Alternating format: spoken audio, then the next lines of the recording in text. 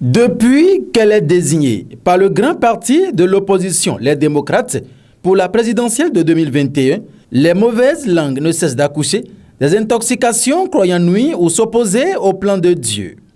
Leur trouvaille, c'est que Mme Rekia Madougou a commis un grand péché en allant à la rescousse des couches vulnérables de notre pays frère, le Togo.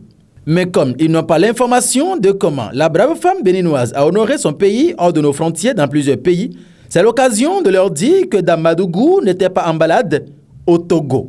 J'ai connu Rekia Madougou à travers mon grand frère. Lui, il est dans le domaine de l'agriculture. Il avait bénéficié du projet MIFA. Il a aidé à élargir son champ. Et tout ce qu'il semait, tout ce qu'il plantait, il a multiplié ses plantations et ses récoltes sont abondantes. C'est lui qui m'a parlé que c'est la même dame qui agit dans FNFI. Et quand j'ai approché les agents de FNFI, ma vie aussi a changé.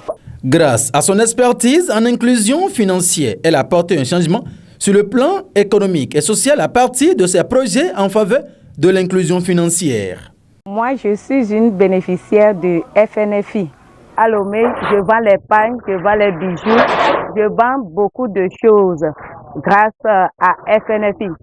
Parler de Rekia Madougou, c'est parler de l'évolution de la femme togolaise, c'est parler des grandes dames de Lomé, parler du changement de transformation des femmes.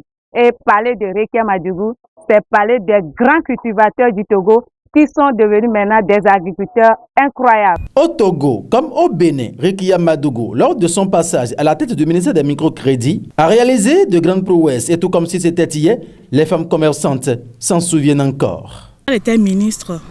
Bon, elle a fait quand même un bon travail. Elle a valorisé la valeur féminine. Au cours de sa nomination en tant que ministre, elle a fait beaucoup pour la jeune féminine. Il y a eu des parents qui ont bénéficié de ça, les emprunts de la microfinance. Aussi, aider leurs enfants à aller de l'avant dans les études comme dans les petites choses. Il y a les sœurs aussi qui ont bénéficié de ça. Ceux ou celles qui ont bénéficié, peut-être les enfants sont malades, ils n'ont rien trouvé à l'amener à l'hôpital et elles ont bénéficié de microfinance. Là, ça les a donné beaucoup de choses. Donc c'est une dame qu'il faut l'apprécier. C'est en réalité un bonheur pour notre peuple que cette riche expérience de Rekia Madougou soit de nouveau mise au profit de notre pays, le Bénin.